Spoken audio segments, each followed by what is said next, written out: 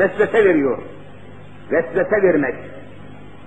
Nereye veriyor? Fî sudûrin nâs, insanların kalbine, içine. Hani içime kurt düştü derler ya, içime kurt düştü. Zihnim bulandı, kafam karıştı. Vesvesedir. Namazdan soğutmak, edepten, İslam'dan, Kur'an'dan, oruçtan, Ramazan'dan soğutmak için. Mesela öyle imanı zayıf ya dindar olmamakla beraber dine karşı da bir saygısızlık içinde olan adamlar vardır. Dindar insanları dini İslam'dan soğutmak için çok şeyler söylerler. Buna Kur'an-ı Kerim vesvese diyor. Yüvesvüsü fî sudûrin nâsi. İnsanların kalbine vesvese. Vesvese ne demek? Allah'ın dininden soğutmak için fısıltı. Böyle kurcalama, kafayı, zihni, kalbi, aklı kurcalıyor. Kimdir bunlar? Minel cinneti, cinler, cin, şeytan, daha ve nas, insan. İnsanlar da aynı şeyi yapar diyor. Rabbül Alemin hepsini beraber zikretsin. Mesela diyelim ki bir Müslüman hanım kardeşimiz, Müslüman bir bacımız, hanım kardeşimiz, başını büyük bir eşarpla örttü, geniş uzun bir manto giydi, kapandı, örtüldü, tesettür altına girdi, hemen etrafında bir sürü çıplak bayan, sen de mi yobaz oldun, sen de mi gerici oldun, sen de mi ya bu ne, bu yaşta örtünmek mi olur, başında kel mi var, bacağında hastalık mı var, niye örtündün, niye kapandın diye, onu Allah'ın emrinden soğutmaya çalışmak için yaptığı bütün konuşmalar yüvesvüsü fî sudûrin nâsi minel cinneti ven nâs'a gidiyor. Zalim insanlar bunlar. Zalim insanlar.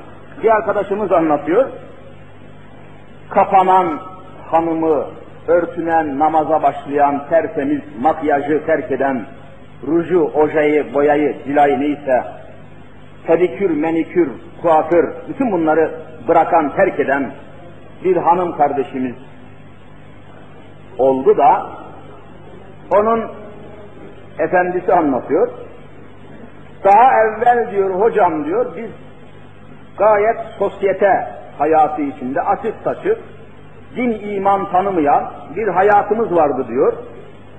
Hanımımı diyor af buyurun koluma takardım, adeta göstermelik bir eşya gibi süslerdim, zinetlendirirdim, dekore ederdim. Herkes baksın da ne kadar da şöyleymiş böyleymiş havası içinde hanımımı diyor gezdirirdim plajlara, sahillere, diskoteklere diyor, gazinolara gider. Evde yemek yemezdik diyor, modadır diye gazinoda gider yemek yerdik diyor yani.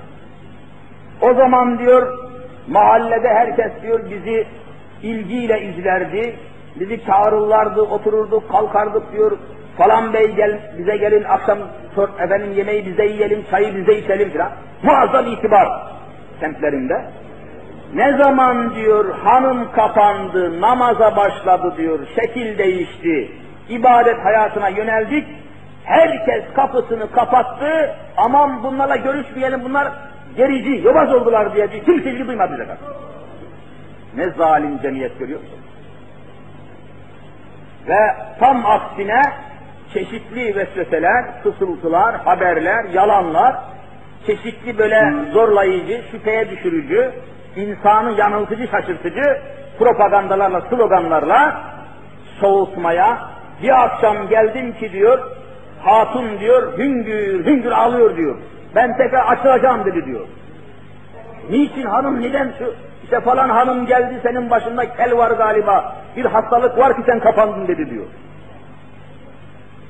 Yani hastalık olanların başını kapatır ya, Allah'ın emri diye kapatıyorsun sen. İşte vesveseler korkunçtur. Bugün hakikaten binlerce Müslüman hanım vardır. Sırf çevresinin etkisiyle, çevresinde alay edilmesin, hakaret edilmesin, sataşılmasın, alaya alınmasın diye açık saçık gezen hanımlara rastlıyoruz. Sırf etrafın dikkatini çekmek, ilgisini uyandırmak, modern hanım, çağdaş hanım, sosyal yönü kuvvetli hanım desinler diye makyaja zorlayan, kuaföre giden, pedikür menikür yaptıran hanım kardeşlerimiz çok var bunlar. etrafa aldanarak Allah'a isyan ediyorlar.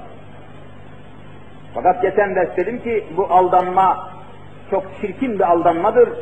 Çünkü insanları günahlara, haramlara sürükleyenler, açık saçıklığa, rezalete, şehvete sürükleyenler, insanın daimi ve devamlı dostları değillerdir. Ne kadar dost olsalar bile, ne kadar samimi görünseler bile, ne kadar sizinle beraber olsalar bile, siz ölüp de mezara gömüldükten sonra hiçbirisi canından vazgeçip sizinle beraber mezara gömülmezler, hepsi geriye dönerler.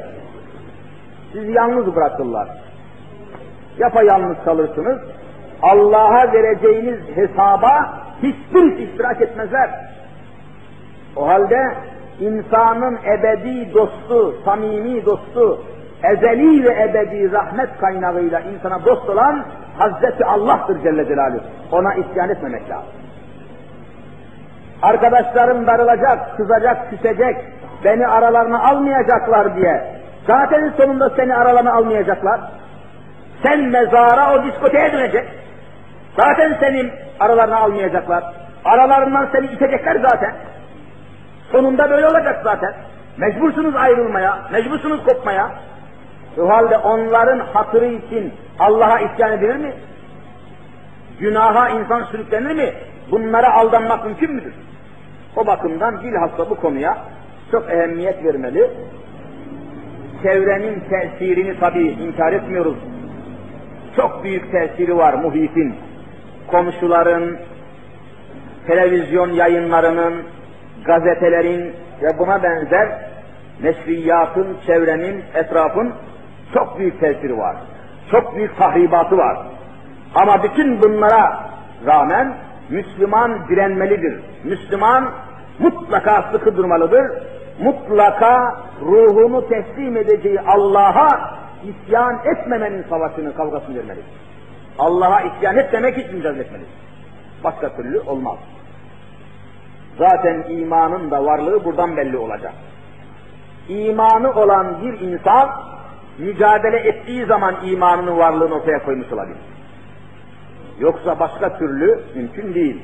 Müdahale edecek, vazgeçirmeye çalışacak, nefsini koruyacak ve kendisini çekip çevirecek ki imanının tecellisi ve tezahürü görünmüş olsun. İmanın varlığı bununla sabit olabilir. İşte aziz kardeşlerim, bu vesveselerden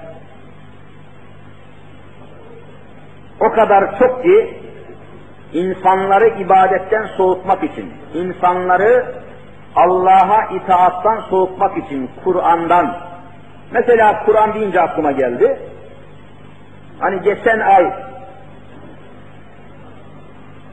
Mekke-i Mükerreme'de Kur'an-ı Kerim'i ezbere okuma yarışması münasebetiyle bu yarışmaya Türkiye'den katılan bir yavrumuz, bir hafızımız birinci gelmişti.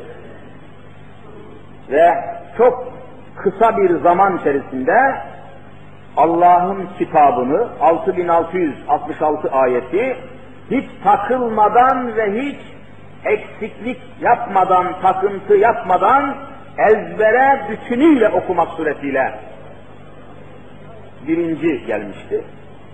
O hadiseden birkaç gün sonra, bende ismi filan da var, bir profesörümüz, halen öğretim görevlisi olan bir profesör, bir yazı yazdı. Aynen öyle diyor. Hayret diyor, manasını bilmediği, ne olduğunu anlamadığı, Allah'ın kitabı denen bu Kur'an'ı diyor bu yavrunun kafasına sokmak, bu yavrunun kafasını diyor ziftin ve asitin içine sokup öldürmek gibidir diyor. Yazık bu çocuğa diyor. Bu çocuğun zihnini öldürmektir bu diyor.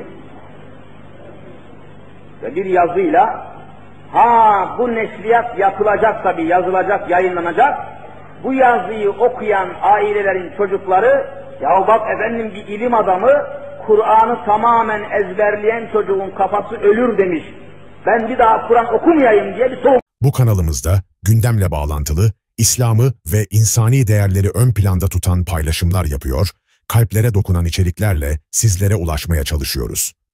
Bu çalışmaların devamlılığı için üstte bulunan katil veya süper teşekkür butonları aracılığıyla desteklerinizi bekliyoruz. Unutmayın, hayra vesile olan, hayrı yapan gibidir. Sizlerin desteğiyle daha fazla insana ulaşabilir, iyiliği ve güzelliği yaymaya devam edebiliriz.